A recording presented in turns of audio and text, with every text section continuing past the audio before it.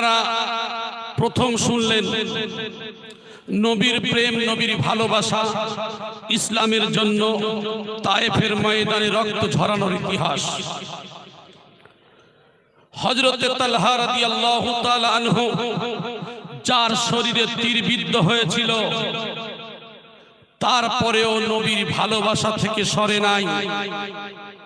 কিন্তু হতভাগা আমরা যারা আশেপাশে ঘোরাফেরা করছি আর যারা উঠে যাচ্ছি প্রয়োজন ছাড়া, অনেকেই মার্কেট করার জন্য, অনেকেই গল্পগুজব করার জন্য, অনেকেই আড্ডা মারার জন্য উঠে যাচ্ছি। আমাদের মৌলানা মিজানুর রহমান সাহেব এতক্ষণ ধরে একটা কথা বলেছেন। কি বলেছেন? শ্রোতা হলো তিন ধরনের। কয় ধরনের বললাম? তিন ধরনের। একটা হলো সে অবিশ্বাসীর খালাতো ভাই। নম্বর দুই হলো মুনাফিক। নম্বর তিন হলো মুমিন। বলেছেন আবু জেহেল, তার দলবল আবু লাহাব, আখনাস, এরা কিন্তু কাবা শরীফে গিয়ে আল্লাহর নবীর কোরআন তেলাওয়াত শুনতে গিয়েছিলেন। জানেন তো ঘটনা? শুনতে যাওয়ার পরে শুনতে শুনতে ভোর হয়ে গেল, জানে সকাল হলে ধরা পড়ে যাব, তো এক এক করে বার হতে গিয়ে চারজনের সঙ্গে চারজনেই দেখা। তো বলছে তুই কেন এলি? বলে আপনি কেন এখানে এসেছেন? বলে ওরে মুহাম্মাদের কোরআন এত মজা যে শুনতে এসেছি। বলে তুমি? বলে আমারও তো মজা লেগেছে। তা মজা যখন চারজনের লেগেছে, তো এই যে মক্কার মানুষেরা যদি জানে যে আমরা কোরআন শুনতে এসেছি আর আমাদের দাম দেবে বলে মনে হয়, তারপরে কি করলেন? বলল আর কোনদিন মুহাম্মাদের কোরআন শুনবো না। দ্বিতীয় দিন আবার একই নিয়মে চিন্তা করলো, আজকের আবু জেহেল তো যাবে না, আমি আবু লাহাব যাই। আবু লাহাব চিন্তা করলো ও তো যাবে না, আমি যাই। এই করে করে আবার চারজনা গিয়ে হাজির। কথা বুঝতে পারছেন না? পারছেন না? চারজনা গিয়ে হাজির। আবার শোনে, শুনতে শুনতে ভোর হয়ে গেল, আবার বার হলেন চারজনার সঙ্গে দেখা। আরে তুমি এখানে? বলে আমি জানি তুমি আসবে না তাই আমি এসেছি। বলে আমি ভেবেছি তুমি আসবে না তাই আমি এসেছি। তো মুহাম্মাদের কোরআন যে এত মজা, এই জন্য করে আবু বকর, উমর, উসমান, আলী রাদিয়াল্লাহু তাআলা আনহুম আজমাইন এরা সব নবীর প্রেমে পাগল হয়েছে। জোরে বলেন সুবহানাল্লাহ। কিন্তু আবু জেহেল, আবু লাহাব এত মজা পাওয়ার পরেও মেনে নিতে পারে নাই। কোরআনের আয়াত নাজিল হলো, ওয়াকালাল্লাযীনা কাফারু লা তাসমাউ লিহাযাল কুরআন ওয়ালগাউ ফীহি লাআল্লাকুম তাগলিবুন। আল্লাহর কোরআন বলছে অবিশ্বাসীরা কি করলো? ওই সমস্ত অবিশ্বাসীর দল বলছে লা তাসমাউ লিহাযাল কুরআন, যেখানে কোরআন পাঠ করা হয় তোমরা শুনো না, যেও না, বরং সেখানে ডিস্টার্ব করবে। কি করবে? ডিস্টার্ব করবে। কোরআন যেন মানুষ না শোনে। কোরআন শুনলে ওরা নবী প্রেমিক হবে, কোরআন শুনলে আল্লাহ প্রেমিক হবে। জোরে বলেন সুবহানাল্লাহ। তাহলে ওদের উদ্দেশ্য কি? কোরআন যেন না শোনে। এদের উদ্দেশ্য ভালো না খারাপ? একবার জোরে বলেন নাউযুবিল্লাহ। আচ্ছা বলেন তো দেখি, আমরা এই হচ্ছে কটা পর্যন্ত চলে? কথা বলেন না। কমপ্লিট হয় 11টা পর্যন্ত। এতক্ষণ ধরে আপনারা কি বুঝলেন? সব থেকে বড় মাওলানা হলো তাবারুক। কথা বুঝতে পেরেছেন না? পারেন? সব থেকে বড় মাওলানা তাবারুক মাওলানা। এতক্ষণ ধরে আমরা যে এখানে শুনেছি, এই যে দিলের মধ্যে যে আসর হওয়া, আমরা এসেছি শুনেছি, কিন্তু প্রকৃতগতভাবে আমরা ওই তালহা রাদিয়াল্লাহু তাআলা আনহুর মতো আমাদের তীর বিদ্ধ হয়নি, আমাদের নবীর মতো শরীর থেকে রক্ত ঝরেনি, বরং 11টা পর্যন্ত সময় দেওয়াটা এটা কিন্তু সব থেকে বড় জিহাদ। আফজালুল জিহাদু জিহাদুন নফস। সব থেকে বড় জিহাদ হলো নিজের নফসের সঙ্গে জিহাদ করা। শয়তান ওয়াসওয়াসা দেবে আপনাকে এখান থেকে তোলার জন্য, উঠিয়ে দেওয়ার জন্য, গল্প গুজব করানোর জন্য। চিন্তা করছে যে শেষ হলে মৌলানা সাহেবরা চলে যাবে আর আমাদের তাবাররুক খেতে খেতে দেরি হবে, ওর থেকে বাবা ও আমি আগে থেকে খেয়ে ফেলি। আচ্ছা বলেন তো দেখি, আমি বলেছি কোন মৌলানা বড়? তাবাররুক মৌলানা। বলে হুজুর আপনি যা বলেন বলেন, আমার আসল পেটটা ভরলে হলো। আচ্ছা যদি আমার পেট নাও ভরে, একজন যদি ভুকা থাকি, এই কোরআনের তাবাররুক হাদিসের তাবাররুক খেলে আমার আপনার পেট না ভরলেও ঈমানি শক্তি আমার আপনার যে অন্তরটা যদি এর মধ্যে তার খিদাটা মরে, সেটা বড় না খাদ্য বড়? আরে কথা বলেন না। এতক্ষণ ধরে আপনারা শুনেছেন মৌলানা সাহেব তো বললো কি মুমিন কারা।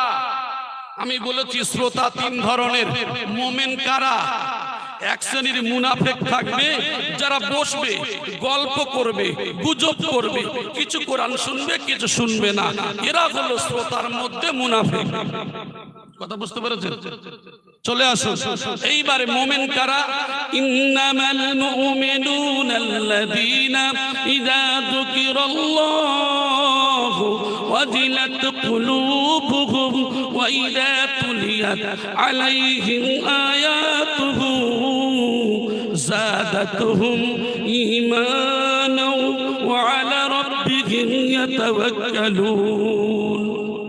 মুমিন হলো তারা ইদা যুকিরাল্লাহ, যারা আল্লাহর স্মরণে, কোরআন শোনার কারণে, নবীর হাদিস শোনার কারণে ওয়াজিলাত কুলুবুহুম, তাদের অন্তরে কম্পন শুরু হয়ে যায়। আর আমার আয়াত যখন তাদের সামনে পাঠ করা হয়, যাদাতুহুম ঈমানা, তাদের ঈমানটা আরো বেড়ে যায়। জোরে বলি সুবহানাল্লাহ। ঈমানটা কি হয়? বেড়ে যায়। ওয়া আলা রাব্বিহিম ইয়াতাওয়াক্কালুন। আর এরা হলো, এদের ভরসা দুনিয়ার কারোর প্রতি থাকে না, এরা আল্লাহর প্রতি ভরসা করে। সুবহানাল্লাহ বলেন। এখন আমি যে আয়াতে কারিমা পাঠ করেছি, এবার আমি শুরু করি। আল্লাহর কোরআন বলছে কোথায়? সূরা তাওবার 119 নম্বর আয়াতের মধ্যে, কার সঙ্গী হবে তোমরা? হে মানুষ, তোমরা সঙ্গ লাভ করবে কার? নবীর জামানায় ছিল সাহাবা, তারা তো নবীর সঙ্গ লাভ করেছেন।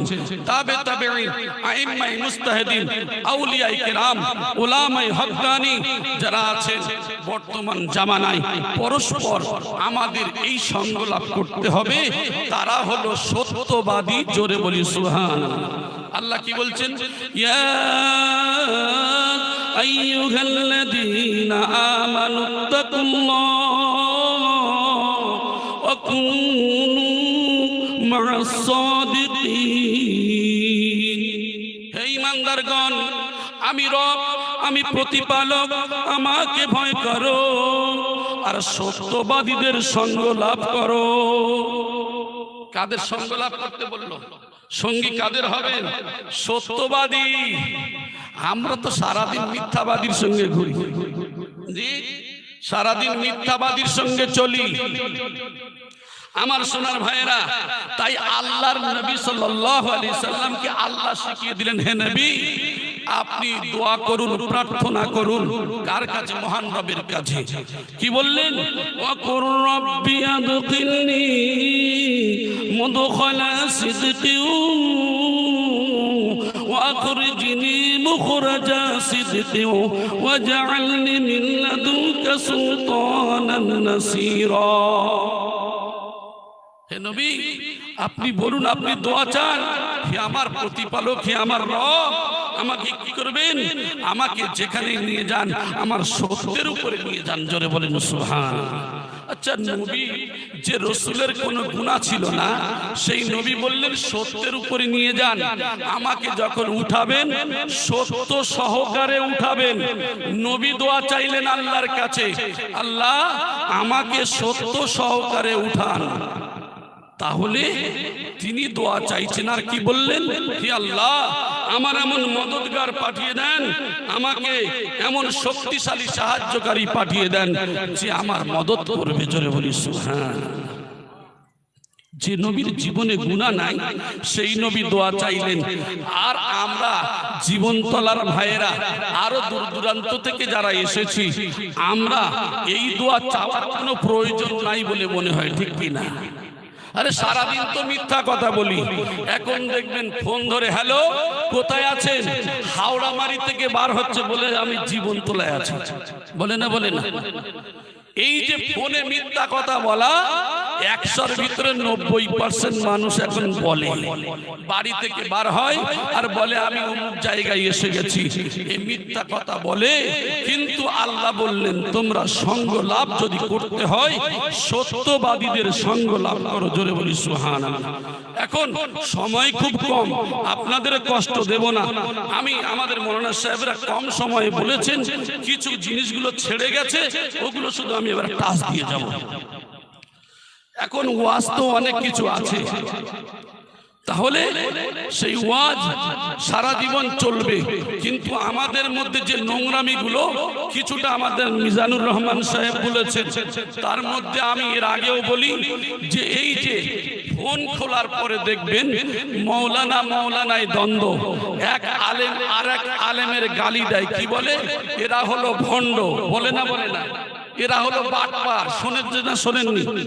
আলেমে আলেমের গালি দেয়, আলেম আলেমকে ঘৃণা করে, এই সমস্ত কাজ চলে। আচ্ছা বলেন তো দেখি, আমার আপনার নবী রহমাতাল লিল আলামিন, ইনি কি মিষ্টভাষী, ইনি কি অশ্লীল ভাষী ছিলেন না মিষ্টভাষী ছিলেন? কথা বলেন। যে রাসূলের আদর্শ মিষ্টভাষী, সাবলীল ভাষা, যে রাসূলের আদর্শ আখলাক কেমন ছিল? আল্লাহর নবী বিশ্ব নবী রহমাতাল লিল আলামিন নবীর কাছে এমন একজন ব্যক্তি আসলেন যিনি একজন অমুসলিম। আল্লাহর নবীর কাছে আসলেন, আল্লাহর নবী তার জন্য বসার জায়গা করে দিলেন।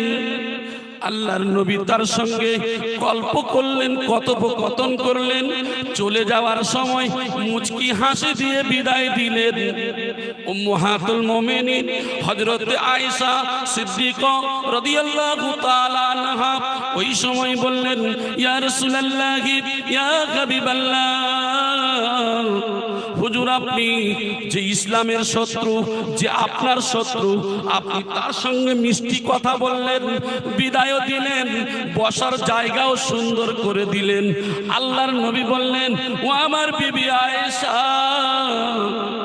আমাকে কোন দিন দেখলে অশ্লীল ভাষী, আমার হৃদয়টা কোন দিন দেখলে কঠিন।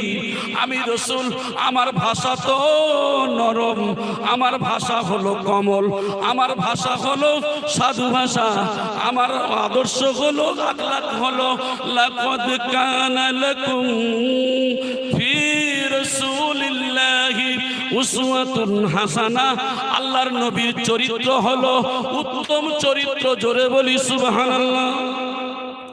হিন্দু ভাইদের ধর্মের মধ্যে বলা আছে, লা ইলাহা হরফে তো পাপম ইল্লা ইলাহা পরম পাদম, জন্ম বৈকুণ্ঠ পর অপইনুতি তো জপি নাম মুহাম্মদ। লা ইলাহা ইল্লাল্লাহ, আল্লাহ ছাড়া কোনো মাবুদ নাই। মুহাম্মদ এত প্রশংসিত নাম, মুখে জপ করলে স্বর্গে যাওয়া যায়। হিন্দু ভাইদের ধর্মের মধ্যে বলা আছে, মুহাম্মাদের নাম নিয়ে জপ করলে যদি স্বর্গে যাওয়া যায়। এই মুসলমান নবীর নাম নিয়ে দরুদ পড়তে জানে না, মুসলমান নবীর আদর্শ আখলাক বোঝে না, অথচ এরা বলে আমরা মুমিন। এরা কি? আমরা মুমিন। আল্লাহর নবীর আদর্শ হলো, আখলাক হলো, শত্রু আসলো বসার জায়গা দিল, মিষ্টি কথা বলল, বিদায় দিলেন মুচকি হাসি দিয়ে। আজকের যদি আমাদের শত্রু নয়, আমরা শুধু দল সিলসিলা নিয়ে, একই কোরআন একই হাদিস সিলসিলা নিয়ে স্টেজে ওঠার পরে আমরা বলি আজানগাছিরা হলো বিদআত, ও উঠে বলে ফুরফুরারা হলো বিদআত, ও উঠে বলে তবলিগরা হলো বিদাত, ও উঠে বলে জামাত ইসলামী হলো বিদাত। এ যদি বিদাত হবে, ও যদি কুফরি করবে, ও যদি শিরকি করে, ও মাওলানা, ও মুফতি, আমি তোমার কাছে প্রশ্ন করি ভাই, তাকে তুমি দড়ি সরিয়ে দেবে? আল্লাহর নবী রহমাতাল লিল আলামিন এসেছিলেন আজান গাছি ফুরফুরা দেখে নয়, তাবলীগ আহলে হাদিস দেখে নয়। নবী আসলেন ওয়ামা আরসালনাকা ইল্লা রাহমাতাল লিল আলামিন।